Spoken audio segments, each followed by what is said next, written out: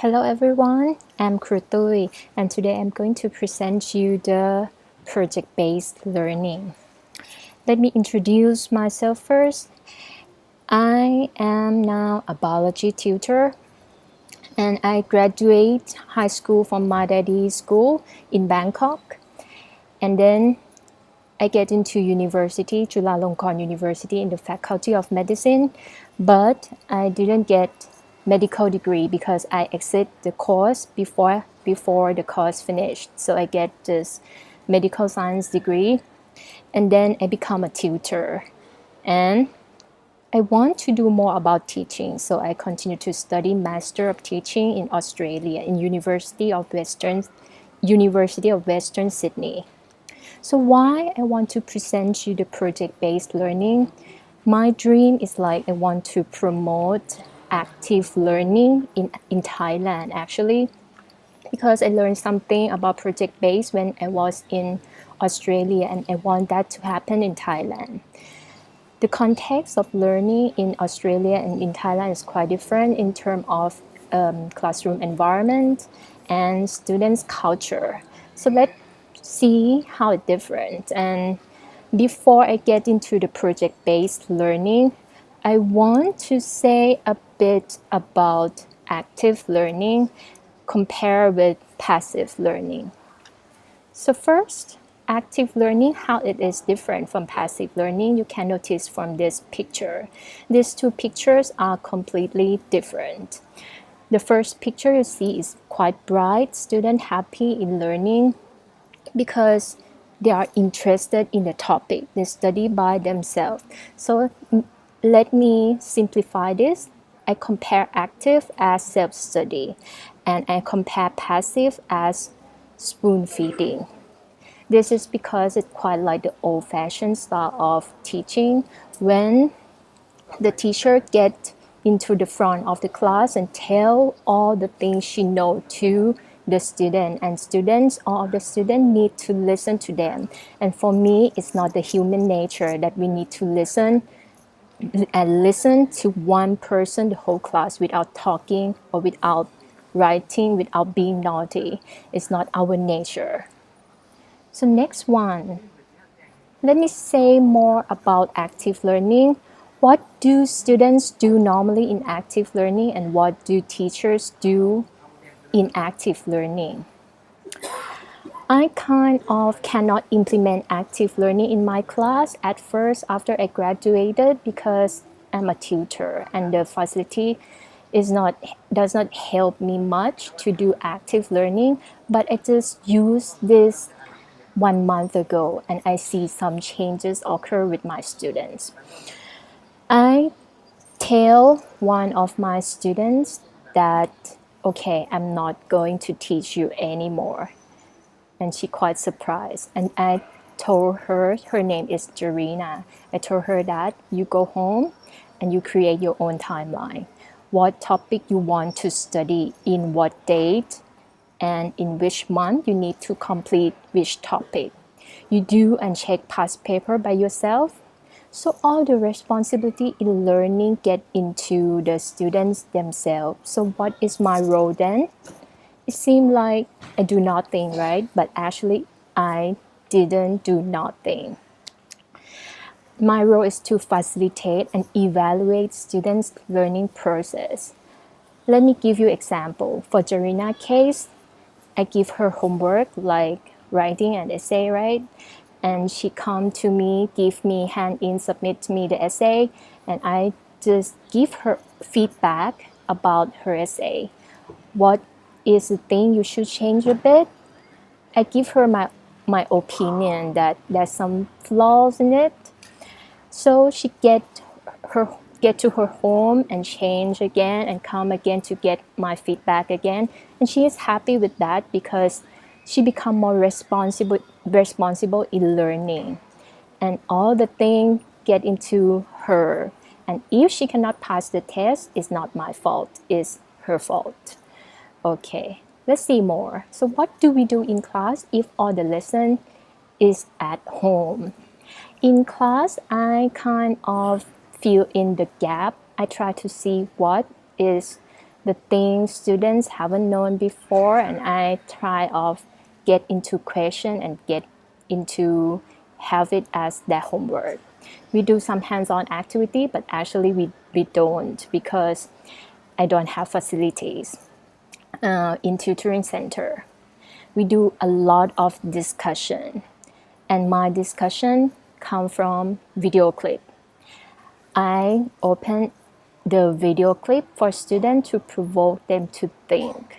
Let's see what I do with my video, and it's your turn to think about this video. What do you get? What question do you have? And what do you feel about global warming? Okay, let me show you this.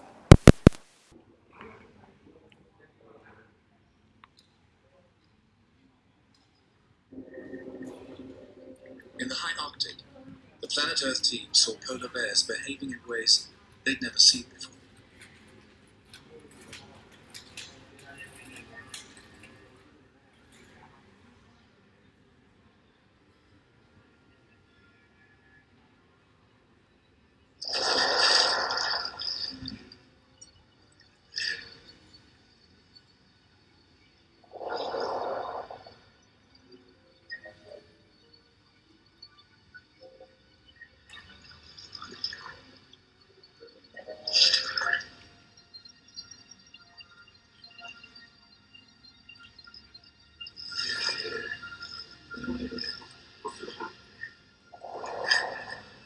Get your eye behind it.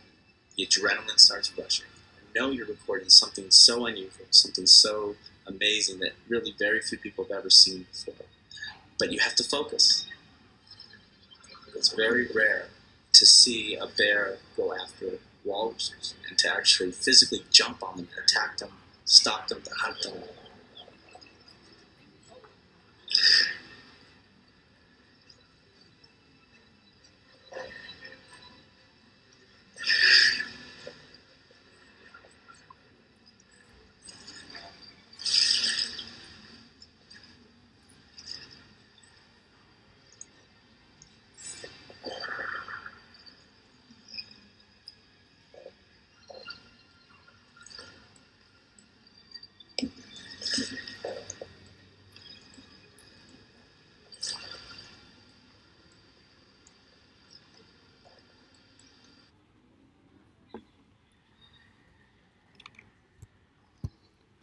Okay, now think by yourself. What do you feel? I did ask Serena what did she feel about this video. She cannot answer me, so I then asked her like, do you have questions about this video? Then she start to list her own question like, how can this occur? How global warming occur? And the next one is, if in 1000 in the next 1000 year, if global warming really happen, can we human adapted to that? So she lists her question, and one of the question I cannot answer. She asked me like, how the greenhouse gases trap heat.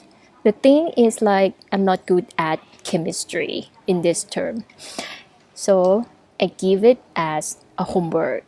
It's not the role of teacher to answer everything student asks. This is different from passive learning because in active learning, students learn by themselves. It's just my role to motivate them to learn by themselves. Okay, let's see next one. So what is passive learning? I think you all familiar with passive learning because we pass through that every day. Let's see this. Rote learning is used in math and science to memorize formula. I remember when I was like in grade 9, I'm kind of curious about the formula that I learned in physics. I go ask my teacher, so where is this formula come from? And she just said that, well, you need to know that. You just remember that and use it. That's it. Because you know what? The person who is good in physics they seem not to care much about the reason of the formula, just use it. So I feel like, what? Is this the way they teach it? Like this? I went back home and do my own research. In grade, I think around grade 9, I start to read a book in like university book to search for my question because I'm so curious about this.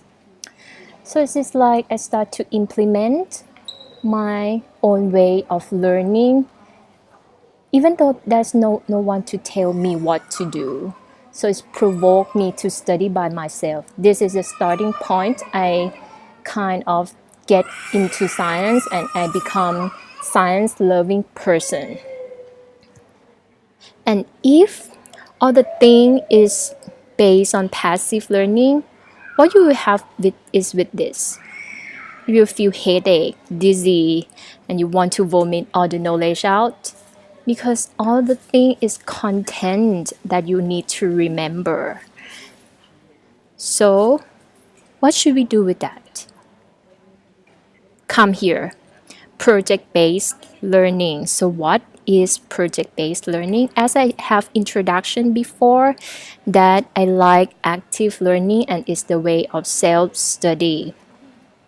So for project-based learning, for me, is like super form of active learning, where you have hands-on activity where you learn by yourself. Let's see. Some parents are worried that if their student do project, what their kids going to have the content from the syllabus or not. Let me illustrate in this Venn diagram.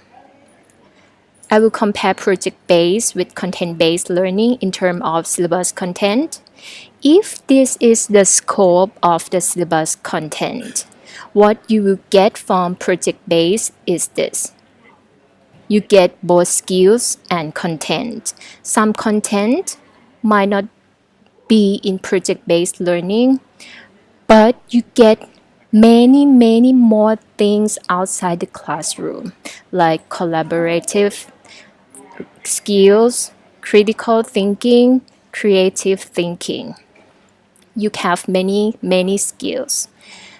But content-based, if you focus or limit yourself just only the syllabus and have a checklist whether you complete every dot point or not, you will have just only this, or maybe some students get only this part.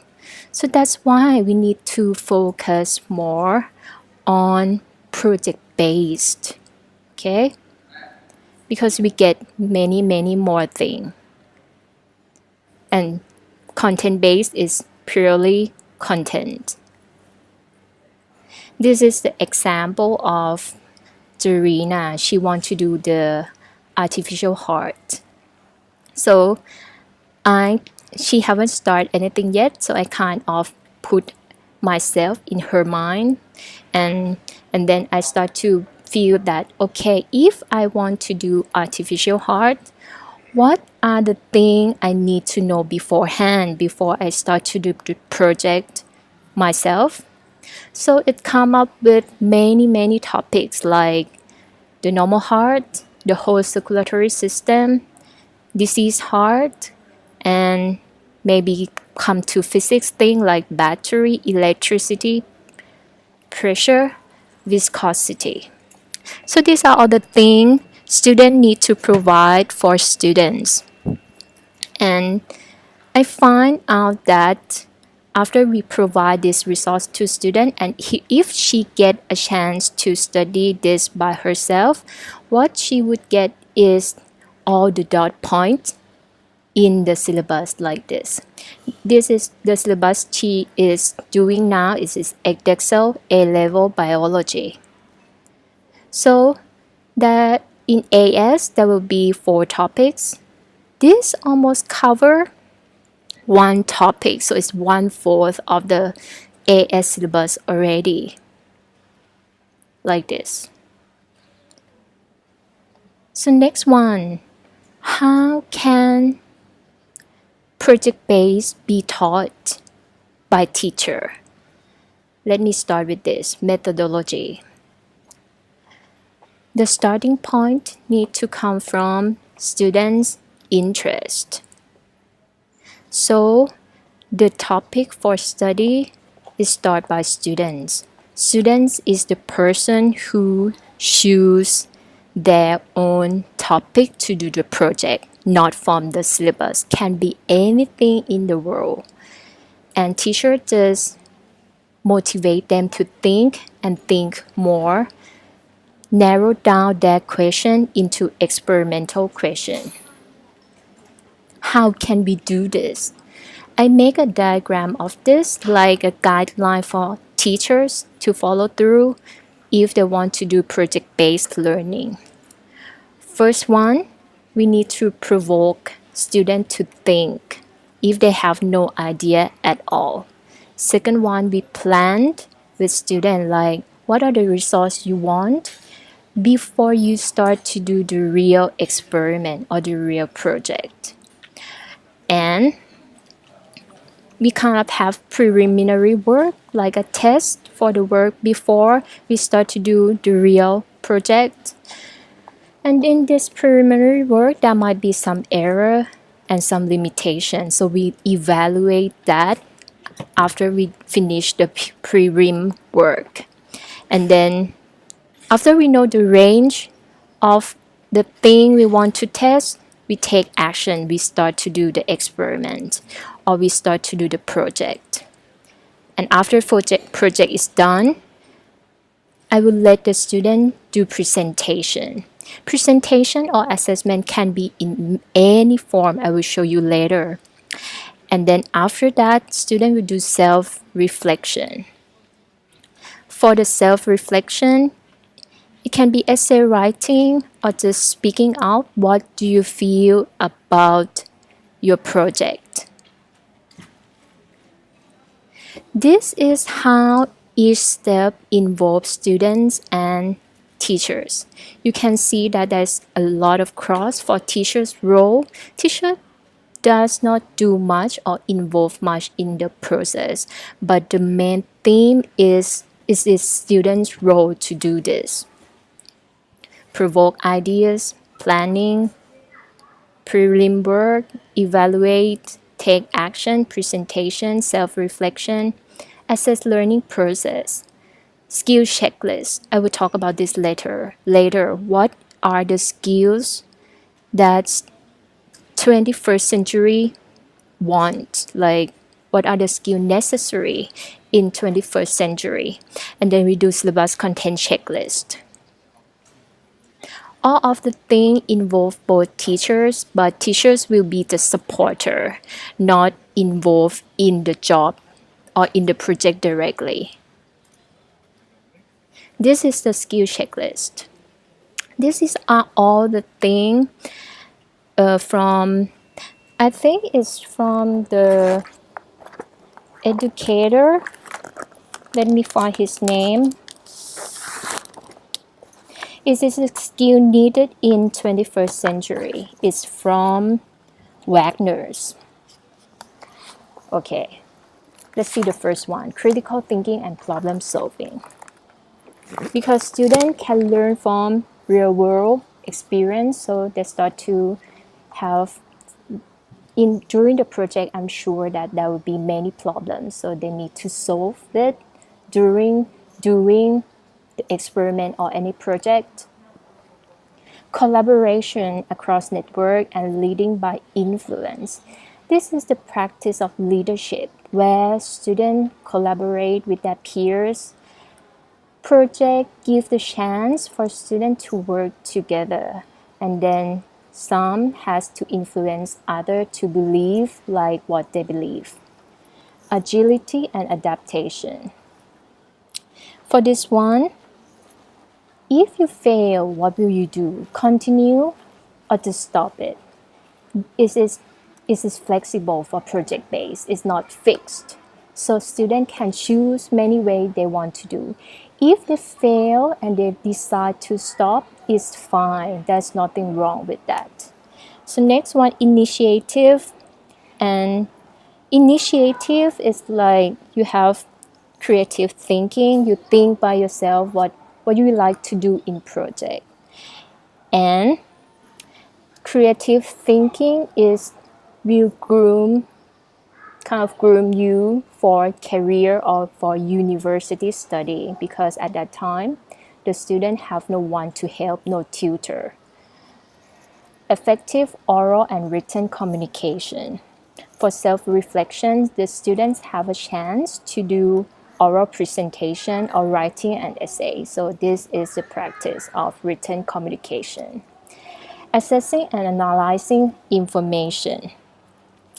Through project-based, surely that they need to use researching skills and internet. So technology is involved a lot in project-based. Curiosity and imagination. This is the most important one. I think that it kind of the thing that I emphasize in project-based learning, because first you need to think about what you think, right?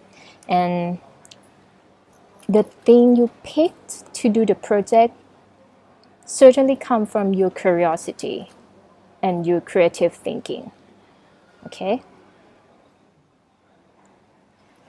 As I said before, that I study Master of Teaching. So Master of Teaching emphasize a lot about Bloom taxonomy.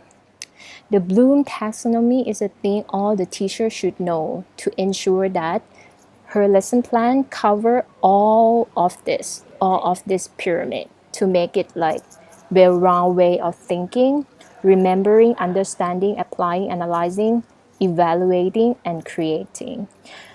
If in passive learning class, it's impossible to have analyze, evaluate, and create. The maximum you do application, like apply your knowledge in the class. But some subject you just remember, use remember and understand. This Bloom's taxonomy can be used in primary school. And in primary school, the lesson plan might be just remembering. And in high school, you might be just understanding, but you have no chance to apply that. But once you get in university, you have a chance to apply and analyze the thing. But evaluate and create, I think in Thailand, it kind of postgraduate students that have a chance to do that. So it would be better that students have a chance to do all of this, not have to wait until university. They have a chance to do all of this in primary school. So start using project-based learning now, because it all complete the Bloom taxonomy, even you are just 7 years old. Okay. So I have the thing like the passage from the book, and it's quoted from Anderson and Krathwohl. They say that meaningful learning have to go beyond remembering. And meaningful learning is through exploration and active learning. I kind of totally agree with that, because I use active learning since I was young, and I feel that it is a meaningful way. The skill I got from active learning, I can still use it nowadays, but it's like content based. I kind of forget most of it.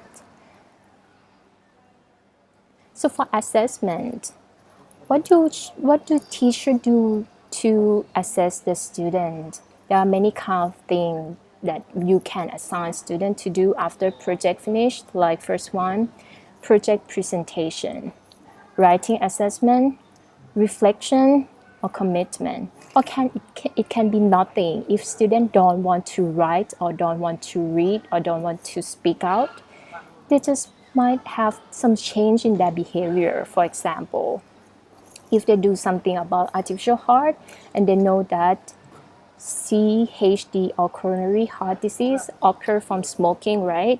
And they realize that smoking is bad. So they might get back to home and tell their dad or their family that smoking is bad, you shouldn't smoke, something like that.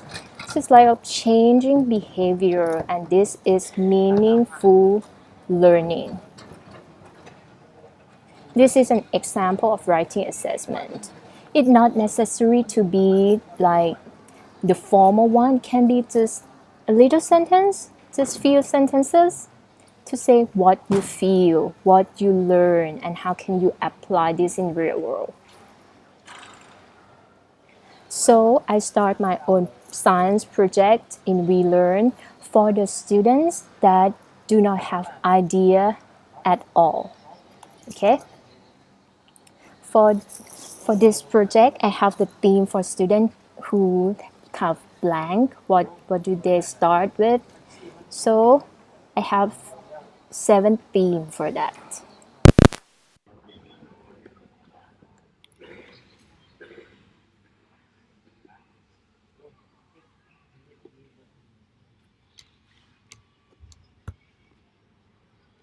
Okay. First one. The first one is Animal Planet. If you see all of this picture, do you have idea yet? If you don't have idea, come to WeLearn and I will help you with that. So next theme is Once Upon a Lifetime. I really love this cartoon when I was young. It's talk about how our body work, and then I will show you the cartoon. Then you might like have some idea coming up in your mind.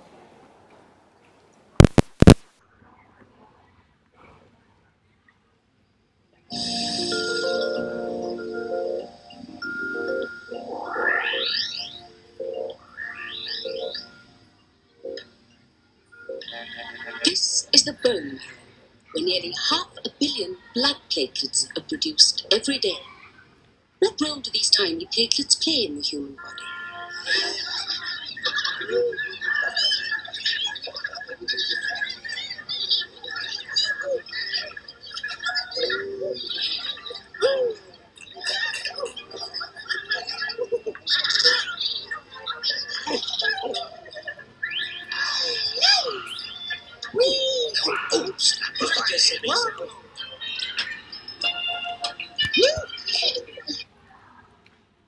For Once Upon a Lifetime, can you think of any project you want to do right now for human bodies?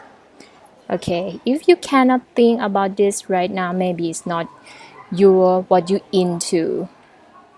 So next one, Into the Wild. We might go to Lumpini Park to get some grasses and see how it's different from other park like that.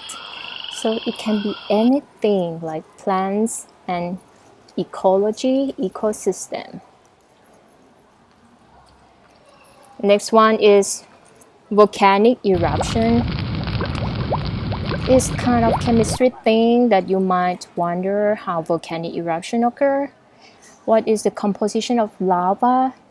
And if volcanic eruption really occur, how it will affect humans. So it can be many lots of questions that coming up. Okay. Be a nutritionist.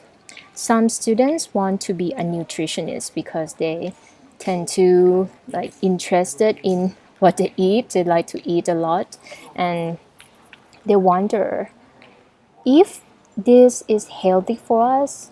Sometimes we listen to the radio or we have the Facebook feed saying that, okay, blood group, oh, you need to eat this and that. So is that true? Seek for answer. Okay.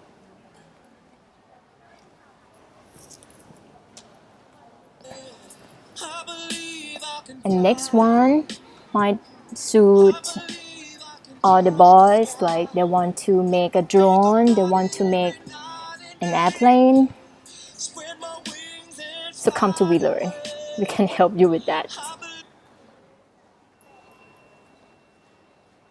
Okay, next one. Build a future house.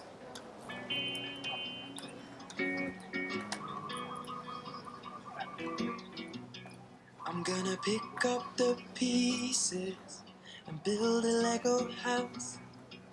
If things go Okay, wrong, then we'll for get building a future house, it can be a very modern house with the facility that help with blind people or disabilities. You can design anything that you can have coding involved in that too.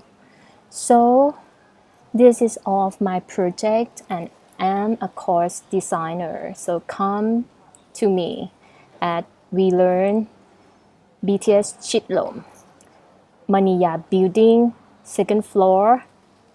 I'm so welcome if you come. Just come to have a look.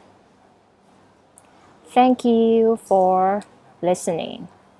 And this is my references. I read this like 2 days ago and I feel that it's very interesting.